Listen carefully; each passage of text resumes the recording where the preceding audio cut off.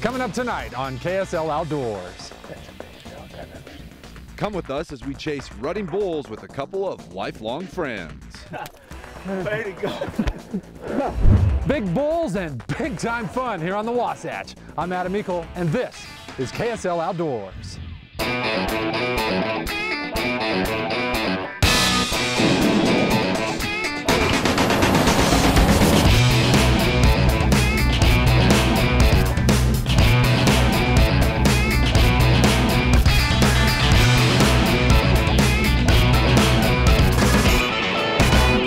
KSL Outdoors with Adam Eakle is brought to you by your local Ford stores.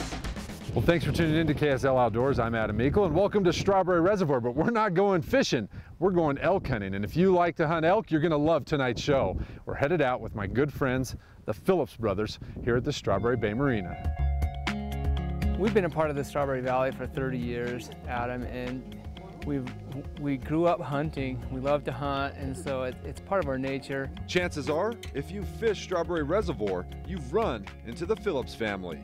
For decades, they've been the owners and operators of the marinas around the lake. But what many people don't know is they are also very accomplished elk hunting guides here on the Wasatch. We work at it really hard. We spend a lot of time looking for patterns of the elk and where they stay, what they do, watering holes that are hid. So we do a lot of work to make ourselves successful. Tonight, we tag along with the Phillips boys as they guide 4 elk hunters. Our first stop is an archery elk hunt with Troy Woodruff. This is the 3rd day that Paul and Troy have been sitting in tree stands over wallows. Check out the video of this cool bobcat that had no idea they were even there. Paul has permission to take his hunters on a piece of property called Strawberry Ranches. It's amazing country with some really nice bulls. On this evening hunt, Paul and Troy went to a wallow just to check their trail cameras, but decided to climb into the tree stands to hunt the last hour of daylight. Not 15 minutes later, this bull appeared out of nowhere. Now, for those of you that are a little squeamish, we want to warn you, Troy is about to shoot this bull with his bow.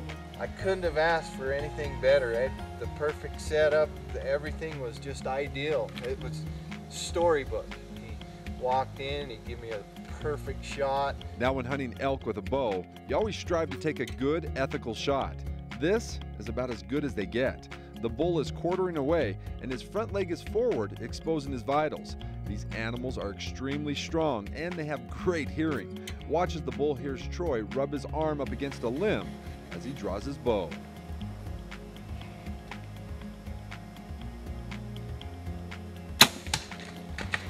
We made the shot. We got to watch him actually tumble and fall, and we knew we had him right there. He didn't go anywhere. The guys climb out of the tree as the bull has only gone 25 yards and expired. Paul Phillips, John Phillips, the entire Phillips family. I can't thank anybody enough right now. Strawberry Ranch, unbelievable.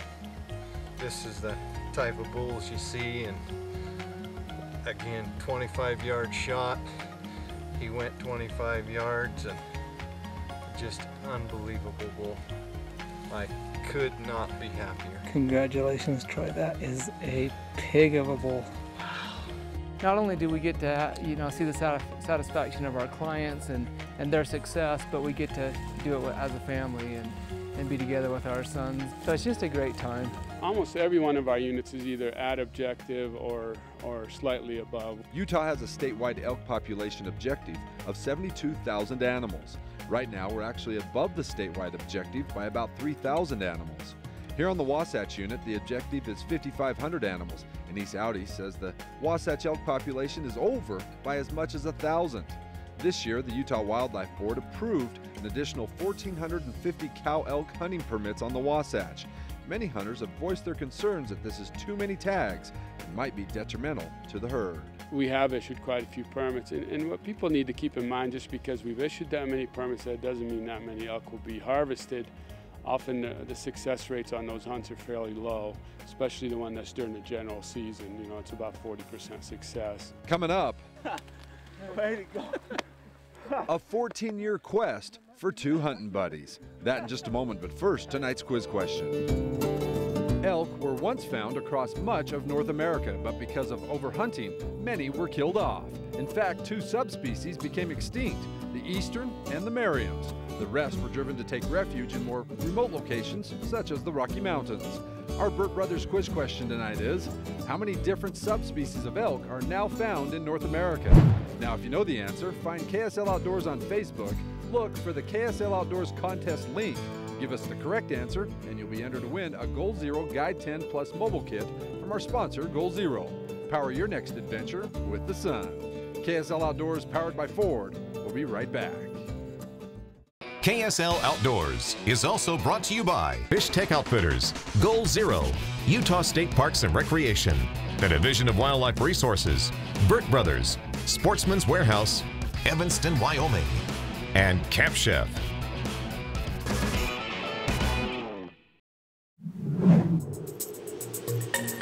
Hunting rutting bulls in September is about as good as it gets for me.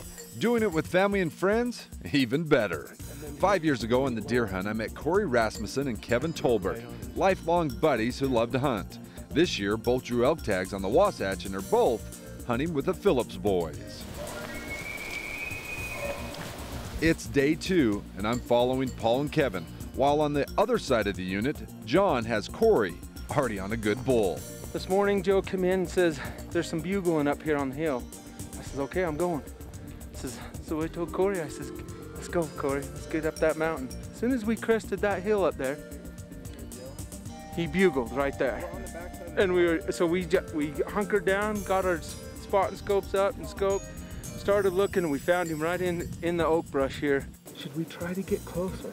The shot is long, but Corey has an ace up his sleeve, a custom-made long-shooting rifle from Cross Canyon Arms. You got him. I got him. Okay, don't shoot. Oh my gosh. You just killed a toad. Oh my gosh, you just killed a toad. You know what? That's awesome. Congratulations. Second day. That's awesome. That was great. Got the boys with me? We lost, my wife's mom to cancer last year, so it was just nice to get everybody together and just kind of have something that we can, hopefully cherish. Family is so important to Corey, and it's just everything to him. His well-tail's even bigger than I thought. Oh my gosh, he's just a baby. Yeah, I think it's pretty cool. You've had a lot of adversity this last couple of years. Well-tailed. What does this mean to you? So happy. It's great with my boys with me. We have some people who get emotional about it and who, wait many years, 14, 15 years to draw this tag. And so it's important to, to have a good experience, and we try to bring that to the table for our clients. We try to increase their odds, increase their advantage, and take them to the spots where they're going to be an elk all day long. Way to go. Sorry, you wouldn't let me leave without killing it. That is so awesome. Look at that mountain. Oh, Corey and Kevin, they're like two young kids that never grew up. And for them to share this together, this is what they've always ever dreamed of, and they both have a tag once in a lifetime for them. What's great about Strawberry Bay Outfitters is the family atmosphere. Paul's two sons, Cameron and Josh, guide as well. And when a big bull is down, the whole family and their friends are there to help pack it out.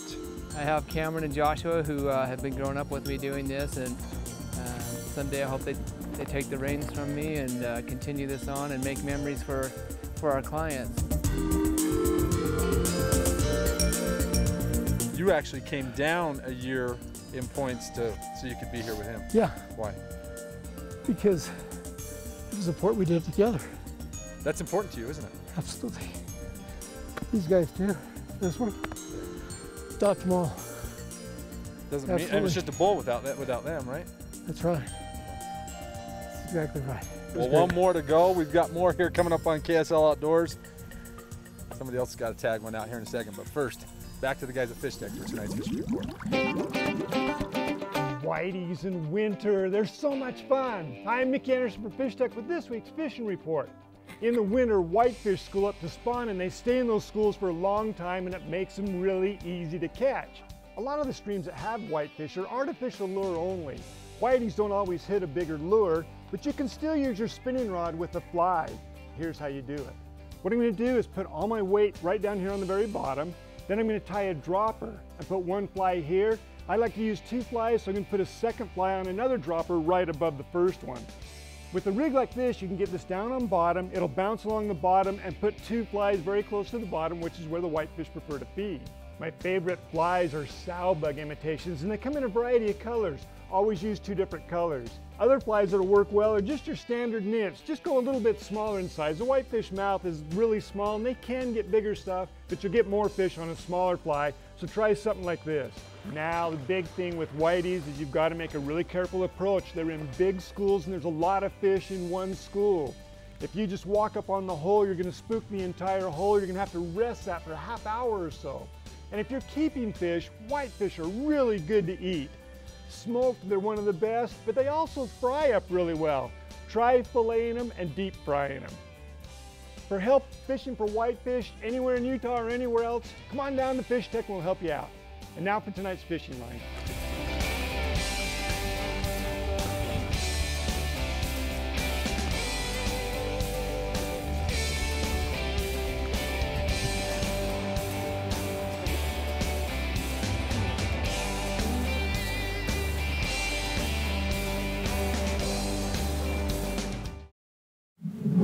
Welcome back to KSL Outdoors. I'm Adam Eakle. Well, Corey's meet's here at the freezer at the marina. It's time to get Kevin now head up the mountain and see if we can get something as nice as Corey's bowl. I forgot how big they are. For a solid week, Paul has been dragging Kevin, his son Shane, and I around the unit looking at dozens of bulls. Some days we're right in the middle of the herd, others we watch them at 1,000 yards through our spotting scopes, rutting and taking a mud bath. One afternoon, driving back for lunch, That's a big 7. Let's look at him. we spot this heavy bull right off the road. Paul takes a good look and decides to have Kevin pass. I can't believe it. What's your problem? What did you like about him? He was a little short. He was heavy. Yeah, but he was standing in the road, and we just cannot shoot one standing in the road. 7-point or not. I know Kevin's going to be a little upset about that, but that was a great bull. A great mass. I mean, he was a heavy bull all the way up through, but... And I've got another bull to show you. We've hiked 3 miles to get away from other hunters and found this bull raking some willows just before dark. He's probably above average for what's on this unit. Okay. And you won't be mad at me if we do worse. Look at that back end. Your dad's gonna let that go. What do you think? The rut wasn't as intense as we'd hoped. The bulls would talk a little in the mornings and evenings. But that was it. We're nearing the end of the hunt. I have to get back to guide some hunters myself. Paul is just getting ready to drop me off at my truck when we spot this huge bull feeding on a ridge. You on him? Okay, shoot him right on his back. Right on his back. He's a giant bull. First back. First back. First back. Okay, shoot just a little low then.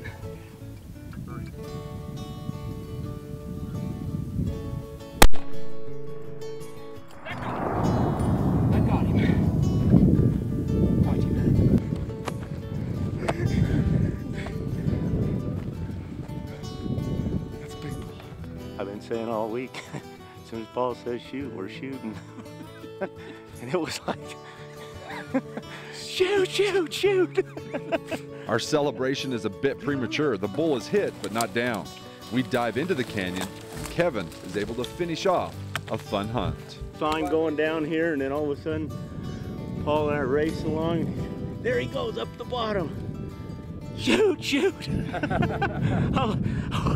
Famous last words. I hope he looks as good on the ground over there as he does from right here. Well, there he is behind me. The guys are hiking up. It's a beautiful bull. They don't know, but he's a 6'7". Congratulations, Kev. You worked hard for it. I'll tell you, everybody that hunts ought to hunt with Paul. Man, he has the passion. That is a giant back end bull, and we're really glad we got that bull. It was a long chase. 22-inch swords, probably a little better if you hadn't broken them off, probably 15-inch fifths, right around 49-inch beam. You can't beat that here on the Wasatch. And you know, the guy knows more than fishing. I do. I loved it. This is a passion of mine. So. Well, we've got a lot of work to do. While we're breaking this bull down, let's dive into tonight's Utah Field Guide. The bobcat is the most common wildcat in North America. Named for its short bob tail, the bobcat is a medium-sized cat and are slightly smaller but similar in appearance to their cousin, the lynx. Their coats vary in color from shades of beige to brown fur with spots or lined markings in dark brown or black. The bobcat occurs in Mexico to southern Canada and is fairly common throughout Utah, although individuals are rarely seen due to the secretive nature of the species. Bobcats prefer areas with thick undergrowth and can be found in deserts, mountains, and numerous other types of habitat. They are primarily active at night and seek shelter in rocks, trees, or hollow logs when inactive. Bobcats are typically solitary except when breeding. Each bobcat may have several dens, one main den, and several auxiliary dens in its territory that can span 25 to 30 square miles for males and about 5 square miles for females. Females may give birth to 1 to 7 kittens during the spring. The young will stay with their mother until fall. Both parents feed the young while the kittens remain in the den. The bobcat mainly hunts rabbits, but are also known to eat rodents, birds, bats, and even adult deer. For more information on the bobcat or any other critter found in Utah, check out our Utah Field Guide on our Outdoors page at KSLTV.com. Well, it's definitely summer still here in the high country. I'll bet it's 75, 80 degrees up here. It's a good thing the bull went down in the shade. The guys have a lot of work to break this bull down, get him back down to the trucks. Let's find out how the rest of the hunt's shaping up by turning it over to the guys back in the weather department. Welcome back to KSL Outdoors. I'm Adam Eakle. Well, the guys up here taking a few pictures of Kevin's big bull here just off the Wasatch unit. You know, if you're looking for something your entire family can do, don't forget you can always check our outdoors calendar page at KSLTV.com. You know, most of us by now have heard the tragic story involving 2 duck hunters. It was last weekend when Chad Toanaka and Logan Hardman died when their boat capsized in rough waters on the Great Salt Lake. Tonight, in lieu of our Snapshot of the Week contest, we want to tell you about a benefit that Camp Chef put together and how you too can help one of these families. Yesterday on the Farmington Bay Wildlife Management Area, duck hunters took time off from their hunts to give back to one of their own. You know, we've had a bunch of people come out this morning and great turnout, and everything we can do to help a fellow hunter is great. I saw the story of this young family being left behind without anything. It really tugged at my heartstrings, and I thought there was nothing better I could do this week than put together an event to try to raise some funds to help her out in the future. Matt didn't know the Hardman family, but felt he had to do something. Camp Chef not only did the cooking, but they also got other companies involved by holding a raffle that will also benefit the family. You see, Logan had signed up for life insurance, but the insurance didn't kick in until December. Logan leaves behind a young wife and 2 children.